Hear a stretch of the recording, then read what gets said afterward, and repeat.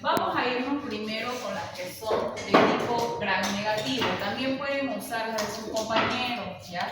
Aquí adelante traje yo todas las placas porque no todos tienen los mismos mecanismos de resistencia. Vamos a irnos con las que son las enzimáticas. Tenemos tanto la BLE como la BLEA, AMC y también la carbapenemasa, que ustedes las conocieron el día de ayer. Ahora vamos a ver qué es lo que ustedes tienen que observar fenotípicamente en lo que vendría a ser en su placa Petri. ¿Qué mecanismos tienen que buscar? ¿Qué discos tienen que mirar? Y también cómo se tiene que interpretar en el antibiograma este mecanismo. No es solamente decir es productora de B, no es hasta ahí nomás. Tienen que también interpretar. Y en el antibiograma, nosotros, de lo que ustedes tengan aquí, van a colocar cuál es sensible y cuál es resistente. Estamos viendo mecanismos de resistencia. No porque se produzca un halo alrededor significa que es sensible, sino de que puede llegar a tener cualquiera de este tipo de mecanismos. Primero vámonos por los principales, que son los que ustedes conocen, que es el BLE y el BLE. Sabemos que BLE es beta-lactamasa de espectro extendido y BLEA es beta-lactamasa de espectro ampliado. Pero ambos, a pesar de que parezcan que tengan la misma sigla, difieren uno de otro. ¿Por qué? Porque van a atacar a distintos antibióticos. En el BLE habíamos dicho que atacaba principalmente a las cefalosporinas. ¿De qué generación? Tercera. De tercera generación. Cosa que ustedes en su placa Petri lo van a ver de esta forma. Teníamos el inductor que es la amoxicilina clavulánica, ¿no ven? Esta amoxicilina clavulánica es la que tenemos aquí en medio. Y las cefalosporinas de tercera generación que nosotros tenemos en laboratorio es esta cefotaxima y la ceftazidima. Cosa que dependiendo de cómo vean estos dos discos de que son las cefalosporinas de tercera generación, van a saber si hay o no un mecanismo de resistencia. Se puede presentar de tres formas en la placa Petri. Una de ellas es por sinergismo, que el halo va a parecer mucho más grande y se le conoce como efecto huevo, que es esta de aquí. Efecto huevo es la primera. Otra, que también es por sinergismo, pero se presenta como la segunda forma, que es la forma en cola de pez. También tenemos otras dos, que una de ellas es por achatamiento, donde va a parecer que el halo está entrecortado. Y por último, la cuarta presentación es simplemente que se va a ver totalmente resistente. Va a tener la ausencia del halo o el halo va a estar mucho más pequeño. Tienen que saber esas cuatro tipos de formas en las que se puede presentar el mecanismo de resistencia. En BLE, ustedes van a buscar siempre sinergismo o el efecto huevo, que es cuando la sensibilidad pareciera que se agranda, no es porque sea muy sensible al antibiótico, sino porque hay muchas enzimas y eso hace que difiera en toda la placa. Y en cambio, en esta última de acá, que es la de cola de pez, la amoxicilina clavulánica va a atraer esas enzimas y las va a llevar hacia el centro y se ve de esta forma. Todos los que tienen mecanismo BLE pueden fijarse en las plaquitas. Si no tienen, ahorita yo voy a buscar una que sea BLE. Si no me equivoco, nosotros no teníamos ayer el disco de la amoxicilina clavulánica, utilizamos amoxicilina. Pero ¿cómo van a saber ustedes que es BLE o no si no hay amoxicilina clavulánica? ¿Cómo creen que les va a dar sus cefalosporinas de tercera? ¿Sensibles o resistentes? No, no sensibles. Teóricamente, fíjense que aquí,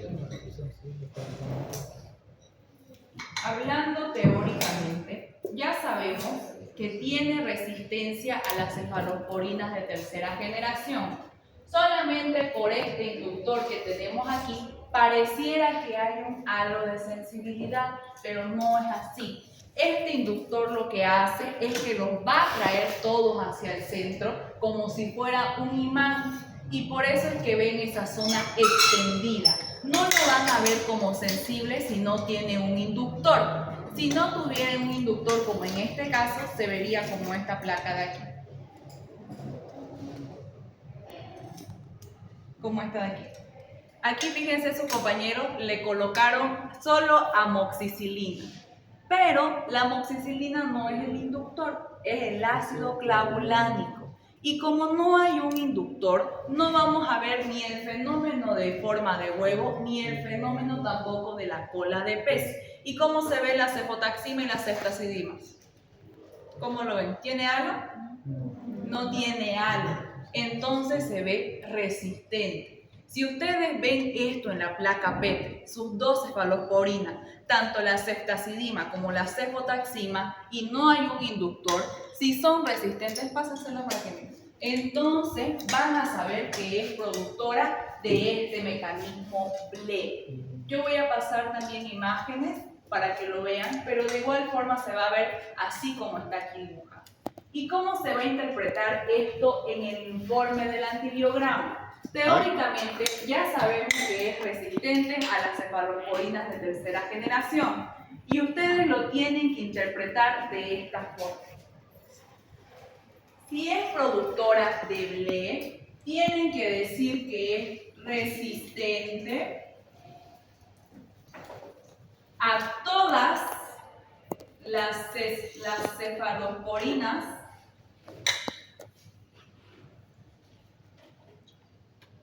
hieracionadas. ¿Por qué? Porque todas las cefalosporinas, ya sean de menor generación, por ejemplo, como una de primera y una de segunda, no les van a funcionar. Hay mucho riesgo de que, como ya produce esta enzima beta-lactamasa, que es específica para la cefalosporina, haya un riesgo de fallo terapéutico. Y por eso es que nosotros tenemos que colocar que es resistente a todas las cefalosporinas, incluyendo al astrionam. En el BLE, si quedó claro esta parte, nos vamos al siguiente. ¿Entendieron esta parte de aquí? Se va a ver de esta forma. ¿Ustedes le van a dar a su paciente una cefalosporina? No. En el reporte no tienen que colocar eso. Si es productora de BLE, tienen que colocar que es resistente a la cefotaxima y a la ceftazidima, por más de que vean algún halo, así como se ve en este efecto huevo, o por más de que tenga este efecto de cola de pez. Automáticamente es resistente. No lo pueden colocar como sensible. En el BLE es una beta-lactamasa también, pero esta es de espectro ampliado. En la BLEA no va a atacar a las cefalosporinas de tercera generación como el BLE, sino de que va a actuar principalmente a las penicilinas y a las aminopenicilinas. Las penicilinas ustedes las conocen. Por ejemplo, la penicilina benzatínica, la penicilina G, etc. Y las aminopenicilinas como la ampicilina, la amoxicilina clavulónica, etc. Por eso es que nosotros colocamos, en el caso de que sea un bacilo gram negativo, que es mucho más propenso de que haya esta BLEA, el disco que es de la ampicilina. Ustedes tenían que colocar ayer en su plaquita Petri a esta ampicilina. Si es productora de BLEA, automáticamente las cefalosporinas les van a formar un halo de sensibilidad. Van a ver un halo grande, así como se ve en esta parte de aquí. Pero ¿qué pasa con la ampicilina? La ampicilina va a estar resistente. Puede tener un halo muy pequeño o puede carecer totalmente del halo. El rango principalmente es de 15 milímetros a menor. El día del examen les vamos a dar una tablita, pero ustedes tienen que saber que si la ampicilina les sale resistente, automáticamente es BLEA. Aquí solamente no le vamos a dar al paciente ni penicilina, ni amoxicilina, ni ampicilina, etc. Pero sí podemos darle de tratamiento a las cefalosporinas.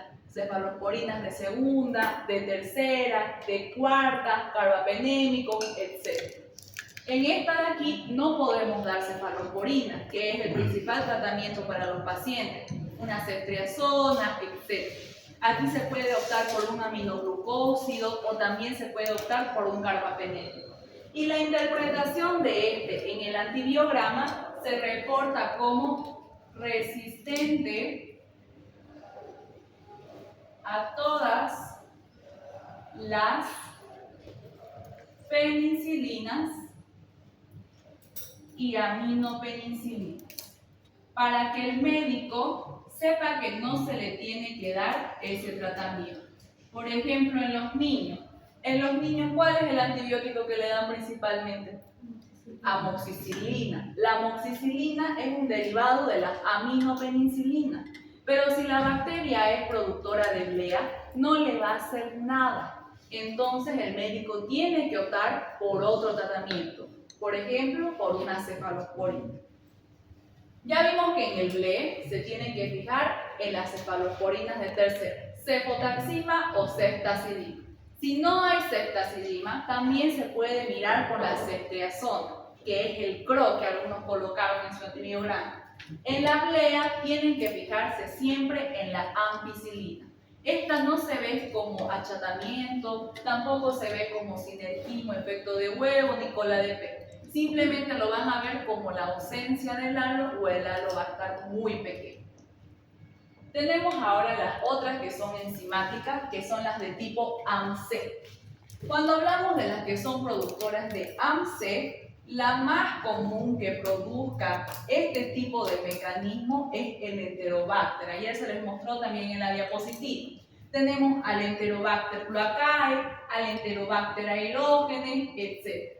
Lo tienen de forma natural, significa que nacen con este mecanismo de resistencia a esas bacterias y se van a morir con ese mecanismo, no lo adquieren, ¿ya? En este caso, cuando hablamos de las Enterobacter, van a producir de este tipo mecanismo que es de tipo AMC cuando vamos a enfrentar nosotros a una cefamicina o una cefalosporina de segunda frente a una cefalosporina de tercera. Yo les decía que se podría ver de dos formas. La primera es que el halo va a estar sensible, va a tener un halo grande la cefotaxima. Pero el FOX, que es donde va a atacar principalmente este tipo de AMC, va a estar entrecortado, va a tener este fenómeno de achatamiento. Por eso les decía que era muy importante el orden. Si ustedes quieren ver AMC, siempre miren a la cefotaxima con el FOX. ¿Por qué? Porque principalmente ataca a la cefamicina. Entonces, se puede ver de forma normal cuando la cefotaxima todavía te da sensible. Pero yo les decía que hay de dos tipos. Puede ser la normal, que es la que presentan las Enterobacter, o también puede haber una hiperproducción. Esta hiperproducción de AMC va a hacer que tanto esta cefalosporina de tercera generación sea afectada. Y ya no lo van a ver sensible, sino de que esta cefotaxima la van a ver resistente, con un halo mucho más pequeño. Y la cefoxitina va a seguir produciendo el mismo fenómeno. Si ustedes quieren ver AMC, siempre busquen achatamiento, que el halo va a estar entrecortado y va a formar una D. Y recuerden que las AMC se pueden ver de dos formas. La cefotaxima puede estar sensible o la cefotaxima puede estar resistente cuando hay una hiperproducción, ¿ya? Así que si ustedes ven, por ejemplo, la cefotaxima resistente, no se sorprendan. Es porque hiperproduce esta enzima que es la AMC. Ahora sí nos vamos con las MRSA. Estas de aquí son principalmente dos. Aquí solamente se coloca en el reporte bacteria productora de AMC. Y se le coloca que es resistente a las cefamicinas. Solamente cuando hay hiperproducción se coloca también que no tiene que quedarse cefalosporinas de tercera generación. Pero si fuera una bacteria normal donde la cefotaxima les da el halo sensible, sí se les puede dar esa cefalosporina de tercera. Solamente cuando hay esa hiperproducción y la cefotaxima pierde ese halo y se ve mucho más pequeño como es esta de aquí, de esta forma, se le coloca también como una nota al médico no optar por cefalosporinas de tercera. Simplemente se le coloca bacteria productora de AMC resistente a cefamicin, porque ataca a la cefoxitina. Estas de aquí son las que nosotros vemos en los cocos gram positivos. Tenemos la MRSA y la MLSB. Sabemos que la MRSA era principalmente porque alteraba el sitio diana por la alteración genética del gen MECA. Y nosotros lo vamos a ver en la placa Petri utilizando también el disco de la Fox, de la cefoxitina. Nosotros tenemos que buscar la ausencia del halo. Por eso se los coloqué juntos, para que no se confundan. Solamente en AMC hay el achatamiento. Pero si ustedes quieren ver MRSA, en Fox va a haber la ausencia del halo. Esto es lo más importante de las MRSA. Tanto en las AMC como en las MRSA se tienen que fijar solamente en el disquito de Fox. No tenemos nosotros una bacteria aquí productora de MRSA, pero yo voy a tratar de conseguir cosas que van a tener que mirar este disquito de Fox. Si hay la ausencia del halo, automáticamente es productora de MRSA. Y la MLSB, yo les había dicho ayer que la más común y la que nosotros tenemos aquí en laboratorio es la constitutiva. También tenemos la inducible, seguramente algunos lo van a ver en su placa Petri. Cuando hablamos de la MLSB, tenemos que también tener en cuenta a quiénes van a atacar. El MRSA ataca principalmente a la meticilina, mientras que estos MLSB ataca M de qué vienen? De macrólido. Y la L, lincosamida. Y la SB es de estreptogramina, gramina B. Entonces, a esos tres grupos de antibióticos va a atacar la MLSB, pero va a depender de cómo nosotros lo veamos en nuestra placa Petri para saber a cuáles y a qué antibióticos va a afectar. Ustedes tienen que fijarse en las MLSB, a la eritromicina y a la clindamicina. Cuando hablamos de estos dos, yo les decía que siempre tienen que estar enfrentados para ver la prueba del test T. En el caso de que les dé este primer ejercicio de acá, que la eritromicina y la clindamicina no tengan ningún halo, que estén totalmente resistentes. En ese caso sería constitutivo. Pero ¿qué pasa cuando sí tenemos el halo de sensibilidad, pero que forma una T? Mi macrólido, que es la eritromicina, va a estar resistente. Pero esa resistencia del macrólido es mucho más fuerte y lo atrae a la clindamicina. Y por eso se le dice que la induce. Como esta enzima que produce la macrolidasa, la enzima macrolidasa, va a ser muy fuerte, que también va a empezar a degradar a la lincosamida, que es la clindamicina. Y por eso se va a ver este fenómeno de achatamiento, donde la eritromicina va a estar resistente, pero la clindamicina todavía pareciera dar sensible, pero entrecortada. El fenómeno de achatamiento. En la que es test D positivo es el fenómeno de la MLSB inducible, porque esta enzima está induciendo también a la clindamicina. Y por último tenemos el tercer caso, que yo les decía que la MLSB puede ser por método enzimático, que son estas dos de acá, constitutivo y inducido. O puede ser también por el otro mecanismo de resistencia que vimos ayer, que es por la bomba de flujo, que es cuando el antibiótico trataba de ingresar, pero por el gradiente de concentración lo terminaba botando, ¿no? En este caso, cuando es una MLSB de flujo, solamente va a afectar al macrólido, cosa que la eritromicina va a estar totalmente resistente porque no va a poder ingresar a la bacteria, pero en la lincosamida, que es la clindamicina, va a estar totalmente sensible. No va a haber ningún fenómeno de achatamiento, tampoco va a haber resistencia como en la constitutiva. En la constitutiva, ambas son resistentes.